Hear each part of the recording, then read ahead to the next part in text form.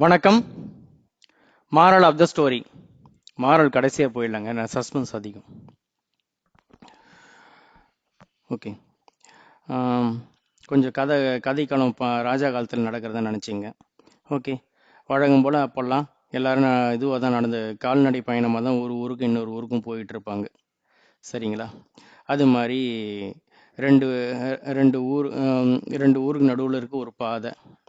அந்த பாதை வழியாக அங்கே கொஞ்சம் பேர் நடந்து போயிட்டுருக்காங்க. அப்படி நடந்து போயிட்டு இருக்கும்போது திடுதிப்புன்னு மழை பெய்யுது. அடமழை, அதாவது நல்ல இருட்டி மழை பெஞ்சிக்கிட்டு இருக்கு, அடமழை. ஸோ எல்லாருமே ஒதுங்கிறதுக்கு இடம் தேடுறாங்க.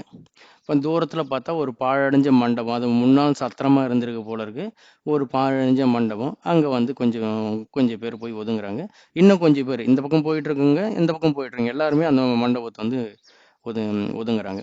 ஏறக்குறைய அந்த மண்டபம் நிறைஞ்சிடுச்சு. ஓகே, மழை விடலை. சரி, மழை பெஞ்சா ஒரு பிரச்சனை இல்லையே. என்னன்னா இடி இடிக்குது, இடி மின்னல், கடுமையான இடி மின்னல். அவங்களுக்கு பக்கத்திலே விழுற மாதிரி கேட்குது. எல்லாரும் கொஞ்சம் பயப்பட ஆரம்பிக்கிறாங்க. பார்த்தா கொஞ்சம் தூரத்துலலாம் கூட ஒரு சில மின்னல்கள் விழுறது அவங்களுக்கு தெரியுது. ஒரு சில மரங்கள் திடீர்னு தீ பிடிச்சு அப்படியே மழையில் நனைகிறத பார்க்குறாங்க. ஆஹா, ஏதோ நடக்க போகுது போல இருக்கே, பக்கத்துலலாம் இடி விழுது, அப்போ நம்ம மண்டபத்து மேலே இடி விழுந்துரும் போல இருக்கே, இந்த மண்டபம் வேற பாழஞ்ச மண்டபமா இருக்கே அப்படின்னு ஒருத்தருக்கு ஒருத்தர் பேச ஆரம்பிச்சுக்கிறாங்க. ஓகே, பேச ஆரம்பிச்சோன்னே அவங்களுக்கு ஏதாவது ஒரு எக்ஸ்பிளனேஷன் கொடுத்துக்கணும்ல. அப்போ அவங்களுக்கே உரித்தான ஒரு சில எக்ஸ்பிளனேஷன் கொடுத்துக்கிறாங்க. என்னன்னா, இந்த மண்டபத்தில் யாரோ ஒருத்தவங்க பாவம் பண்ணவங்க இருக்கிறாங்க. அதனால தான் அந்த ஒருத்தர் பாவம் பண்ணவங்கனால இந்த மண்டபத்து முன்னாடி இடி வந்து இந்த ஒட்டுக்கா எல்லாருமே சாக போறோம் நாம அப்படின்னு ஒருத்தன் கொளுத்தி போடுறான். பெருவாரியான மக்களும் அதே மென்டாலிட்டியில் இருந்ததுனால ஆமா அப்படின்றாங்க. அதான் அவங்க என்ன சொல்ல வராங்க, கடவுள் இடி மூலமா யாருக்கோ தண்டனை கொடுக்க போறாங்க. அந்த தண்டனை கண்டிப்பா பாவம் பண்ணவனுக்கு தான் கொடுக்க போறாங்க. அந்த ஒருத்தன் இந்த மண்டபத்துல இருக்கிறதுனால ஒட்டுமொத்த இந்த மண்டபமே இடிஞ்சு இல்லை விழப்போகுது அப்படின்னு பேசிக்கிறாங்க. சரி, ஒன்ஸ் இந்த கதை வந்துட்டாலே அடுத்தது நான் நல்லவன் நிரூபிக்கணும்ல. எல்லாரும் ஒருத்தர் பார்த்துக்கிறாங்க. பார்த்துக்கிட்டே இருக்கும்போது எவனா ஒரு இழிச்சவன் மேலே பழி போடணும். நேரம் பார்த்து இவங்களாவது ஒதுங்கினவங்க. அந்த மண்டபத்தில் காலையிலேருந்தே ஒரு நீச்சன் அங்கே இருந்தான். நீச்சன்றது எப்படி சொல்கிறதுனா, ஒரு மாதிரி குஷ்டரோகம் பிடிச்சிட்டு ஒரு மாதிரி கந்தல் கோலமாக துணியெல்லாம் கிழிஞ்சு போய் பேனும் ஒருத்தன் இருந்தான். இவன்தான் இந்த பாவம் பண்ணவனாலதான் இந்த மண்டபமே இப்ப இடிஞ்சு விழப்போகுது அப்படின்னு எல்லாரும் அவனை கை காட்ட ஆரம்பிச்சாங்க. அவனும் ஒன்றும் புரியாம மூச்சுக்கிட்டு இருக்கான், என்னடா நடக்குது இங்கன்ட்டு. அவனால முடிஞ்சது என்னன்னா அழுவதான் முடியும். அவன் வந்து ஒன்று தன்னுடைய இயலாமையை நினைச்சு அவன் கஷ்டப்பட்டுட்டு இருக்கான். இப்ப எல்லாரும் நம்ம மேல பழி சொல்றாங்கன்னு சொல்லிட்டு அவன் உள்ளுக்குள்ள கும்மிக்கிட்டு இருக்கான். சரி, பிரச்சனை இதோட முடியல.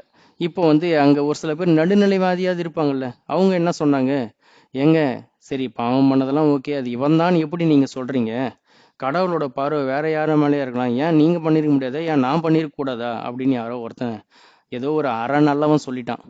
அதை சொன்ன உடனே சரி, அப்ப அங்க இருக்கிறவங்க என்ன சொன்னாங்கன்னா, இப்போ இடி வந்து அங்க எதிர்க்க இருக்க மரத்தங்களை தான் விழுந்துகிட்டு இருக்கு. அந்த மரத்தை போய் ஒவ்வொருத்தரா போய் தொட்டுட்டு வருவோம். ஓகேவா? யாரு பாவம் பண்ணியிருக்கானோ, யாரு கடவுளுக்கு தண்டனை கொடுக்கணும்னு நினைக்கிறாரோ, கடவுள் அந்த இடி அந்த மரத்தை மேலே இறக்கி அவனை கொன்னுட்டோம், மீதி நாமெல்லாம் பொழைச்சிக்கலாம் அப்படின்னு எல்லாரும் அக்ரி பண்றாங்க. இதெல்லாம் அந்த குஷ்டரோகி எந்த பதிலும் சொல்லலை. அவங்ககிட்ட எல்லாமே திணிக்க தான் படுகிறது. சரி, ஒவ்வொருத்தரா போய் அந்த மரத்தை தொட்டுட்டு வராங்க. எந்த இடியும் வேலை. ஓகே, எல்லாரும் போய் வந்தாச்சு. கடைசியா அந்த குஷ்டரோகியை தவிர அவனை விரட்டுறாங்க. நீ போய் தொட்டு வாடாடா, நாங்க எல்லாரும் தப்பிச்சிட்டோம், நீ தாண்டா சாக போறோம், நீங்க சொல்லி வேற அனுப்புறாங்க. அவன் வேற வழியில் எல்லாரும் விரட்டுறாங்கன்னு சொல்லிட்டு அந்த மரத்தை போய் தொடுறான். ஒட்டுக்கா அந்த மண்டபத்து மேல இடி இடி இடி விழுந்து அந்த உள்ள இருந்தாங்க மொத்த பேரும் செத்து போயிட்டாங்க. விஷயம் என்னன்னா, மொத்த பேருமே பாவம் பண்ணாங்க, இந்த குஷ்டரோகியை தவிர. சரி, மாறலுக்கு வருவோமா? அதாவது இவ்வளோ நேரம் உள்ள சொன்ன கருத்துலாம் மக்கள் அவங்களுடைய சொந்த கருத்து. ஆனா கடவுளோட பார்வை என்ன இருந்ததுன்னா, அந்த ஒரு குஷ்டரோகினால தான் அந்த ஒட்டுமொத்தமான மண்டபத்துல இருந்த எல்லா பாவியிலையும் அவர் மன்னிச்சுட்டு இருந்தார்.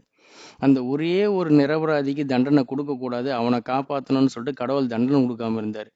எப்ப அவனையே நீ வெளியே போடான்னு வெளியே துரத்துனாங்கோ, ஒட்டுக்க அழிச்சிட்டாரு. இது இப்ப நடந்துகிட்டு இருக்க இந்த கரண்ட் சுச்சுவேஷனுக்கு உங்களுக்கு பொருந்தும். ஒரு சில நல்லவங்க கேட்குறாங்க, ச்சே அந்த கடவுளுக்கு கண்ணு இல்லையா, இதெல்லாம் பார்த்துக்கிட்டு இருக்காருன்னு. எங்கேயோ ஊருக்கு ஒரு நல்லவன் இருக்கிறதுனால தான் கடவுள் அமைதியா இதெல்லாம் பார்த்துக்கிட்டு இருக்காரு. இப்ப நடக்கிற அநியாயத்தெல்லாம் பார்த்துட்டு இருக்காரு. அந்த ஒரு நல்லவன் சீக்கிரம் கடவுள் எடுத்துக்கிட்டாருன்னா ஒட்டுக்க அந்த உலகத்தை அழிச்சிருவாரு. நீங்க கவலையே போடாதீங்க. உங்களுக்கு குடுப்பன இருந்தா அதை நீங்க உங்க கண்ணெதிர்க்க பார்ப்பீங்க. மீண்டும் விவாதிப்போம்.